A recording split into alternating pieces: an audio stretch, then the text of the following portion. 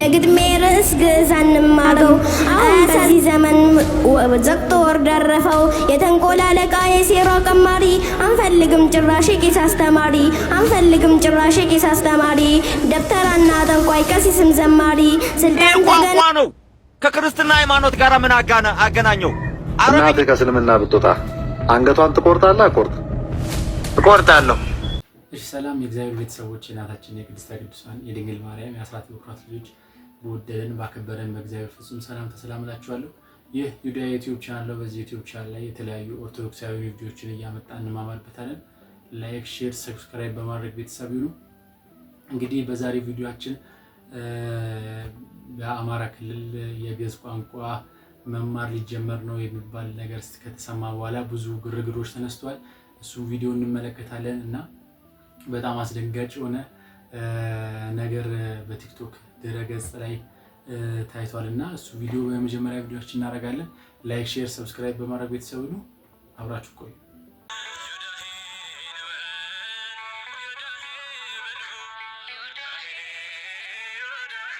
ግድሜ ርዕስ ግዕዝ አንማርም አያሳዝንም ወይ? በግዕዝ ስም ቅምጥቃት ግልጽ ማሳያ ነው ይህ የእናንተ ውድቀት። ለካ ተረት እንጂ የላችሁም እውቀት። ያለ ብዙ ዘመን ሀገር የዘረፈው እንዳየር ላይ ፊኛ ከላይ የገዘፈው እጅ ግልፍ ተረት ለትውልድ የዛገው አሁን በዚህ ዘመን ዘግቶ ወር ደረፈው የተንኮል አለቃ የሴራ ቀማሪ አንፈልግም ጭራሽ ቄስ አስተማሪ አንፈልግም ጭራሽ ቄስ አስተማሪ ደብተራና ጠንቋይ ቀሲስም ዘማሪ ስልጣን ተገን አርገህ ምንም ብታዘግም ተገደም መጠመቅ ፈጽሞ አንፈልግም።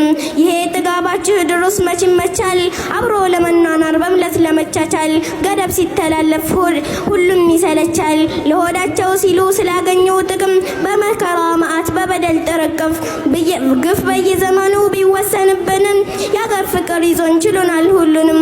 ዝምታ ፍርሃት ስለመሰላችሁ በጥላቻ ተረት ተዘግቶ አይምሯችሁ መተት እናስተምር በግድ ካላችሁ ክልሉም ችኮናል እንኳን ግዕዛችሁ ክልሉም ችኮናል እንኳን ግዕዛችሁ። የእምነቶችን ጉንጮ እስላምን ይዘናል ሁለት ሶስት ሳንል በአንድ አምላክ አምነናል። መተታችሁ እንጂ ምን ይቀርብናል? በዚህ ከቀጠሉ በአቋማቸው ጸንተው በጀርባ ተማክረው ሴራ ሸፍጥ ሰርተው ሙስሊሙ ተገዶ ከእንቅልፉ ይነቃል። አዲስ የትግል ስልት በቅጽበት ያጸድቃል። እስከ ዛሬ ቻለ አሁን ግን ይበቃል። ከእርሳቸው እንዳይጎል ቄስና ደብተራ ከአሁን ሀሳባችሁ የሥራ ፈጠራ። ከእንግዲህ ሙስሊሙ አይችልም መሸከም እኛ እንታለልም በፍጹም አትድከም። ይልቅስ በጊዜ አይምሮህን ተከፍ በግፍ የወረስነው ተረግፎ አላለቀም። ከውብ ህዝባችን ላይ ጨርሶ አላለቀም። የእናንተ ጥላቻ መሸከም ከብዶናል። ሀገሪቱ እንዳትፈርስ መቻል ተስኖናል። እንኳን አዲስ ነገር ተጨምሮ ሌላ የመተት የኮተት የሽርክን ዛዝላ የተንኮል የክፋት የበደል ቅሪላ አንሸከምም በደጋም በቆላ ግዕዝ የሚባል ጉድ መተትም ጥንቆላ እኛ እንቀበልም ከእንግዲህ በኋላ እኛ እንቀበልም ከእንግዲህ በኋላ። ሰላም አለይኩም ተክቢር። እንግዲህ ይሄ ነው እንግዲህ መጨረሻችን። ግዕዝ ደግሞ መተትና ጥንቆላ ሆነላችሁ። ሰው ያደለው ሀገር በማስተርስ እና በዲግሪ በፒኤችዲ ግዕዝን ይማራል። እኛ ለዚች ቋንቋ እንባላለን እዚች ሀገራችን ላይ እና እኔ አሁን በበኩሌ አረበኛ ተማር ብትሉኝ እማራለሁ። ምን ችግር አለ? ቋንቋ ነው። ቋንቋ ሞቅ ደግሞ የተለየ ነገር የለውም። በቃ ለራሳችን እውቀት ነው እንጂ የሚያሰፋው ቋንቋን ከአንድ ሃይማኖት ጋር አያይዞ እንደዚህ ጥላቻ በልጆች ላይ ማሳደር ደግሞ በጣም ያስጠላል። ይሄ ደግሞ አድርጎ እነዚህ ልጆች ደግሞ ሲያርጉ ለዚህ አይነት ቋንቋ ደግሞ ያላቸውን ጥላቻ ደግሞ አስቡትና ግን እግዚአብሔር ይመስገን። እስቲ ደግሞ በደንብ የግዕዝን ጥቅም የተረዱት ደግሞ የራሳቸው እምነት ተከታዮች አሉ። እነሱን እስቲ ደግሞ እናያቸው። ይህ ቋንቋ ነው። ከክርስትና ሃይማኖት ጋር ምን አገናኘው? አረብኛም ለዛ እኮ ብስምላህ የምንለውን ወይም አሰላም አለይኩም የምንለውን የሃይማኖት ጉዳይ ነው ካልነው እኮ መተርጎም ቀላል ነው። ግን ያ አይደለም። እንደ አረብኛም ቋንቋ ይሄኛውን መጠቀም ይቻላል። ምንም የክርስትናውን ወይም የቤተ ክርስቲያንን የሚያስተምረውን ትቶ ደህና አደርክ እንደምን እወድሃለሁ የሚለው ለምን አይለምድም? ምን ማለት ነው? ግዕዝ በሃይማኖት ብቻ መጣ? እኛ የአረብኛ ቋንቋ ጀነት ያስገባል እንል የለ እንዴ? አላህ ፊት በአረብኛ ቋንቋ ነው የምንጠየቀው እንል የለ? ለምን ወንጀል አልሆነም? አያችሁ፣ ይሄ የእስላም ጥያቄ አይደለም። አንዘሴማስ ዛት ላንጉዌጅስ የመለመኛ ፈረንሳይኛ፣ ቻይንኛ ግራ ያጋባን የሀገራችን ሀብት የሆነውን ምስጢራዊ የሆነውን ግዕዝ ጀርመንና አሜሪካኖች በ$5 እያስከፈሉ እያስተማሩ ዛሬ እኛ ሀገር ላይ እንዴት ነው ወንጀል የሚሆነው? ለምንድነው ምሁር ከሆኑ ጀርመኖችና አሜሪካኖች ማን ነው የፈቀደላችሁ ተብሎ ማይጠየቀው? የኛ ሀብት እኮ ነው። ይሄ ነው። ስለዚህ ሀብታችን ነው ግዕዝ፣ ኩራታችን ነው፣ የሁላችን ነው። ዓለም ለምንድነው ጀርመን ለምንድነው ግዕዝ ቋንቋን በባችለር በማስትሬት የምታስተምረው? የዘረፉን የግዕዝ ቋንቋዎች ያሉበትን ምሁሮች የጻፉትን እስካሁን አልታወቀም።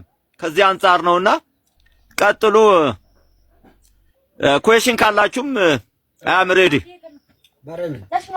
አዳምጣለሁ። እስኪ ስለ ግዕዝ ቋንቋ አንድ ሁለት ነገር ልበላችሁ። ሰሞኑን አማራ ክልል ላይ የግዕዝ ቋንቋ በትምህርት ደረጃ ይሰጥ ሲባል እምቧከርዮ አይሆንም፣ ግዕዝ አንፈልግም፣ ሃይማኖታዊ ነገር ጋር ያያያዛችሁ ሰዎች አላችሁ። ግዕዝ የኢትዮጵያ የቀድሞ ቋንቋ ነው። ከሃይማኖት ጋር ታያይዙት ቋንቋ ነው። ምን ችግር አለው ብንማረው? እኔ ግዕዝ ትንሽ ሞከር አድርጌያለሁ። ሰናፍጭ የምታክል ነገር ማለት ነው። ትንሽ በሞከርኩት ግን በማቀው ልክ አሪፍ ቋንቋ ነው። ቻይና ውስጥ ይሰጥ የለ ምን ችግር አለው? አንዳችን ያናችንስ ቋንቋ ብንማር ምን ችግር አለው? አማራዊ፣ ኦሮሞ የትግሬው ምናምን ብንማር ምን ችግር አለው? እንኳን ግዕዝን ጠብቃ አኖራለች። እንደውም ኦርቶዶክስ ምን ችግር አለው? እስኪ ከጥላቻ አውጡ። ክፋቱልኝ እንግዲህ ነግሯቸዋል። የራሳቸው ሃይማኖት ግዕዝ ቋንቋ ነው ብንማር ለራሳችን ነው እንጂ የሚጠቅመን ሌላ ለማንም አይጠቅመንም። ሌላ ሀገር እየተማረበት እኛ ካልተማር እንግዲህ ምን ይባላል? አንድ ጥያቄ ልጠይቅ። እናትን ትወዳታለህ አይደል? እወዳታለሁ። እናትህ ከእስልምና ብትወጣ አንገቷን ትቆርጣለህ? እቆርጣለሁ። ከእስልምና ሃይማኖት እናቴ ብትወጣ አንገቷን ትቆርጣለህ? አንገቷን ትቆርጣለህ? ነው። ከእስልምና ሃይማኖት እናቴ ብትወጣ አንገቷን ትቆርጣለህ? ይሄ ቪዲዮ እናንተ ጋር ከደረሰ ሁላችሁም 5 ጊዜ ሼር ኮፒ ሊንክ አድርጉልኝ። በጣም ሼር አድርጉት፣ ኮፒ ሊንክ አድርጉት። ኦልሞስት ሰራዊን ነገር ለአካውንቴ እንደሚያሰጋኝ አውቃለሁ፣ ሁሉም ሪፖርት ስለሚያደርገው። የመጀመሪያ ጥያቄ ለጨዋ ሙስሊሞች ነውና እናትህ ሃይማኖት ብትቀይር ነፃ ፍቃድ ቢኖራት አንገቷን የምትቆርጠው እስልምና ገዳይ ሃይማኖት ነው ወይ? የመጀመሪያ ጥያቄ። ከእስልምናን ጥለው ሰዎች ነፃ ፍቃዳቸውን ተጠቅመው ሌላ ሃይማኖት ውስጥ ቢገቡ ምን ችግር አለው? አላህ የነፃ ፍቃድ አምላክ አይደለም ወይ? አላህ በነፃ ፍቃድነት አያምንም ወይ? ይሄንን በአግባቡ መልሱልኝ። ይሄንን ቪዲዮ እባካችሁ ሼር አድርጉልኝ። ኃይል ይኑረው፣ ለሚመለከታቸው ሙስሊሞች ይድረስልኝ። ይሄንን ቪዲዮ ሲያይ እፎይ ትዝ አለኝና ታዲያ እፎይ ምን አደረገ? ይሄንን ነገር ስለተናገረ እስልምናን ጠል ይባላልና እንግዲህ የራሳቸው ሃይማኖት ግደሉ ብሎ እያዘዘ እሱ ይሄንን ነገር ስላወጣው ለምን አወጣብን ብሎ ከሆነ ጭቅጭቁ እንግዲህ አስቡበት ራሳችሁና ምን አይነት እምነት ላይ እንዳላችሁ ወንድሞቻችን ሙስሊሞችን ደግሞ ተመልከቱ። አሁን ቅዱሳንን አያማልዱም ብለው ይናገሯቸዋል አይደል? እንዲህ በራሱ እኮ ባለቤት እኮ ቅዱስ ጴጥሮስ እኮ ጠይቆታል። ንሕነ ሀደግነ ኩሎ ወተሎናከ ምን ተንከን ረክብ። ምን ማለት ነው? እኛ ሁሉን ነገር ትተን ተከተልነ በኋላ የምናገኘው ምንድን ነው? ጥያቄው ማንን ነው እንደዚህ የሚለው? ጌታን ነው የጠየቀው ቅዱስ ጴጥሮስ። እናንተ ሁሉን ትታችሁ የተከተላችሁኝማ እኔ በመጣበት ሰዓት በ12 ወንበር ላይ ተቀምጣችሁ በ12 ነገደ እስራኤል ላይ ትፈርዳላችሁ። ሐዋርያትን ታዲያ ወንጌል ላይ ያለልህ እኮ ትፈርዳላችሁ። ታዲያ ትፈርዳላችሁ እኮ ነው። ማቴዎስ 19 ስለ አማላጅነት ሁሉ ጊዜ ስንነጋገር እንኖራለን አይደል? ያማልዳል አይማልድም? ይፈርዳል። ቅዱስ ጴጥሮስ አይደል ቁልፍ የተቀበለው? ቁልፉን ከተቀበለ በኋላ በምድር ያሰርከው በሰማይ የታሰረ፣ በምድር የፈታው በምድር የተፈታ ነው። ስለዚህ ፍርድ አይደለም ወይ? ነገር ግን በቅዱሳን ላይ አንደበቱን የሚያነሳ ሁሉ አንደበቱ ይዘጋ። ሌላ ምንም ነገር አንለው።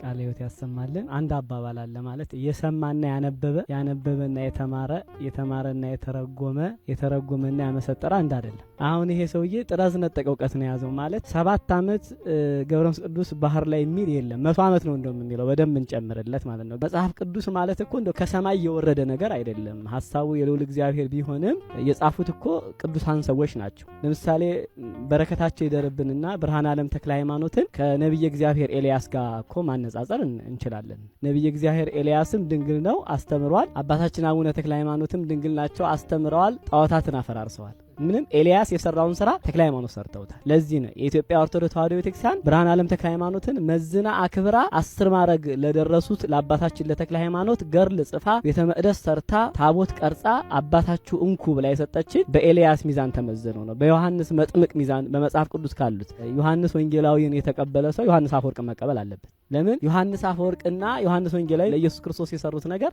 አንድ ስለሆነ ዮሐንስ አፈወርቅ ማለት ዮሐንስ ወንጌላዊ ምንም ልዩነት የላቸውም ማለት ነው። እረፍታቸው የመኖር የዘመናቸው እንጂ ልዩነት። እንግዲህ ወንድማችን እሸቱን በጣም ከልብ እናመሰግናለን።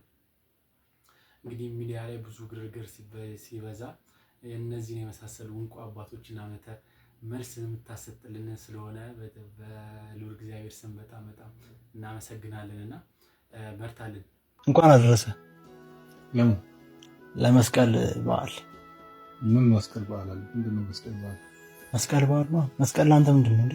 መስቀል ለኔ ምንም አይደለም። እንዴት መስቀል ለኔ ምንም አይደለም? ለኔ ምንም የሆነ የዛሬ 2000 ዓመት በእንጨት ላይ የተሰቀለው የናዝሬቱ ኢየሱስ ነው ለኔ ምንም ብዬ ማስበው። ህይወቴ፣ ነፍሴ፣ ኑሮዬን ብዬ ማስበው የተሰቀለውን እንጂ የተሰቀለበትን አይደለም። እርግጥ በመስቀል ብዙ አስተሳሰብ አለ። አንዳንዱ እንጨቱን በየዓመቱ ያከብረዋል። እኛ ግን መጽሐፍ ሲናገር እኛ ግን የተሰቀለውን ክርስቶስን እንሰብካለን እንጂ የሚለው እንጨቱን አክብሮ አይልም። እንጨት ኖርማሊ እንጨት ነው። ሌቦችም ወንበዴዎችም አብረው ተሰቅለውበታል። ከዛ በፊትም ተሰቅለዋል። መስቀያም ነበር። የፍርደኞች የወንበዴዎች መስቀያ ነው መስቀል። ስለዚህ የወንበዴዎችን መስቀያ ምን ብዬ ነው ማስበው? ወንበዴ ብለው እኮ ኢየሱስ ክርስቶስን የሰቀሉት። ከዛ በኋላም ብዙዎች ተሰቅለውበታል መስቀል። በነገራችን ላይ እኚህ ሰው ትክክል ናቸው። መስቀል ትርጉም ያለው ለክርስቲያኖች እንጂ ክርስቲያን ላልሆኑ ሰዎች ምናቸውም አይደለም። ልክ ለምሳሌ ለአይሁዳውያን መስቀል ምናቸውም አይደለም። አንድ ወንበዴ የሚሰቀልበት እንጨት ነው፣ ልክ እነዚህ ሰው እንዳሉት ማለት ነው። ስለዚህ እነዚህ ሰው ለምሳሌ መስቀልን ከአይሁድ ለይተው አያዩትም ማለት ነው። አይሁዳውያን አዎ ወንበዴን የሚሰቅሉበት ነው፣ እዛ ላይ የሚመለከቱት ወንበዴን ነው። ይህም ሰው እንግዲህ ጌታ ኢየሱስ ክርስቶስን እንደ ወንበዴ ነው የሚመለከተው ማለት ነው። መስቀል ለዚህም ሰው የአንድ ወንበዴ የተቀጣበት መቀጫ ብቻ ነው ማለት ነው። ለእኛ ለክርስቲያኖች ግን መስቀል እንጨትነቱ በአይሁዳውያን የተዘጋጀ መቅደስነቱ ደግሞ በእግዚአብሔር የተዘጋጀ ለሰው ልጆች ሁሉ ማስተሰሪያ የሆነ የኢየሱስ ክርስቶስ ደም የፈሰሰበት መቅደሳችን ነው። ሐዋርያት በመልእክቶቻቸው ስለ መስቀል በተደጋጋሚ ይናገራሉ። ለምሳሌ ቅዱስ ጳውሎስ በገላትያ መልእክቱ ላይ ከክርስቶስ ኢየሱስ መስቀል በቀር ሌላ ትምክህት ከኔ ይራቅ ይላል። ከክርስቶስ በቀር አይደለም ያለው፣ ከክርስቶስ መስቀል በቀር ሌላ ትምክህት ከኔ ይራቅ ብሎ ይናገራል። ጥልን በመስቀሉ ገደለ ይላል። በእኛ ላይ የነበረውን የዕዳ ጽሕፈት በመስቀል ጠርቆ አስወግዶታል ብሎ ይናገራል። በተደጋጋሚ በመልእክታቸው ላይ ስለ መስቀል እያነሱ የክርስቶስ ኢየሱስን መከራ መስቀል ብለው እየገለጹ ያብራራሉ። ነገር ግን ይህ ሰው ከየትኞቹ ነው ሲባል አሁንም ራሱ ቅዱስ ጳውሎስ እንዳለው ፊልጵስዩስ መልእክቱ ላይ ብዙዎች ለክርስቶስ ኢየሱስ መስቀል ጠላቶች ሆነው ይነሳሉ ብሎ ይናገራል። ይህ ሰው ለምሳሌ ከነዛ ውስጥ አንዱ ነው። ለክርስቶስ ኢየሱስ መስቀል ጠላቶች ሆነው፣ በነገራችን ላይ አይደለም ለክርስቲያን ለሰይጣን እንኳን መስቀል ምንም ያልሆነ እንዲሁ ዝም ብሎ ተራ ነገር አይደለም። ሰይጣን እንኳን መስቀልን ሁል ጊዜም ባየ ቁጥር በዛ መስቀል ላይ የሚመለከተው ጌታ ኢየሱስ ክርስቶስ አለ። ስለዚህ ከኢየሱስ ክርስቶስ ለይቶ ሰይጣን እንኳን አይመለከተውም፣ እንኳን አንድ ክርስቲያን ማለት ነው። ይህ ሰው ግን ከአይሁዳውያን ልክ እንደ አንዱ ስለሆነ መስቀል ለእርሱ ምንም አይደለም፣ በቃ አንድ እንጨት ነው። ይሄ በጣም የሚያሳዝን ነገር ነው። በነገራችን ላይ ከሐዋርያት በኋላ የተነሱ ሐዋርያን አበው እጅግ በጣም በሰፊው ስለ መስቀል በጣም በሚያስደንቅ ሁኔታ ብዙ ነገር ጽፏል። መስቀል ለክርስቲያኖች ምልክታቸው እንደሆነ፣ መስቀል ለሰይጣን አሸባሪው እንደሆነ በጣም በተደጋጋሚ ጽፈዋል። ይህንን ነገር እኛ ክርስቲያኖች ብቻ ሳንሆን ሉተራንም በደንብ ታውቁታላችሁ። ለምንድን ነው ይህን ሰውዬ የማታስተምሩት? ለምንድነው ሉተራን ፕሮቴስታንቶች ይህንን ሰው ስለ መስቀል ዝም ያላችሁት? እንዲህ ሲናገር እንዲህ በጌታ በኢየሱስ ክርስቶስ መስቀል ላይ ንቀትን ሲናገር ለምንድነው ዝም ያላችሁት? ለማንኛውም ሰላም ክርስቶስ ይብዛላችሁ። እንግዲህ ይህ ሰውዬ እውቀት አለኝ ብሎ ያገኘውን የችን የምታክል እውቀት ራሱ ያነበበው ከመጽሐፍ ቅዱስ ነው። መጽሐፍ ቅዱስ ደግሞ ገና አንደኛው ሳገልጡት ያለው ፊት ለፊት መስቀል ነው። የምትሄድበት ቸርችም በትልቁ ፊት ለፊት መስቀል ተሰቅሏልና ከኛ ጋር ሳይሆን እዛው ከቸርች ካሉት ሰው ጋር መነጋገር ይችላል። ምክንያቱም እኛ በጣም እንረቅብሃለን ስለ መስቀል ከኛ ጋር ለመነጋገር ሳይሆን እዛው ቸርች ውስጥ ተነጋገር። እኛ ስለ መስቀል አንደራረስም ከእናንተ ጋር። የዛሬ ቪዲዮ ይህንን ይመስል ነበር። በቀጣይ ቪዲዮ እስከምንገናኝ ላይክ፣ ሼር፣ ሰብስክራይብ በማድረግ ቤተሰብ ይሁኑ። አስተያየት ካላችሁ ኮሜንት ላይ ጻፉልኝ፣ አነበዋለሁ። ሰላም ሁኑ።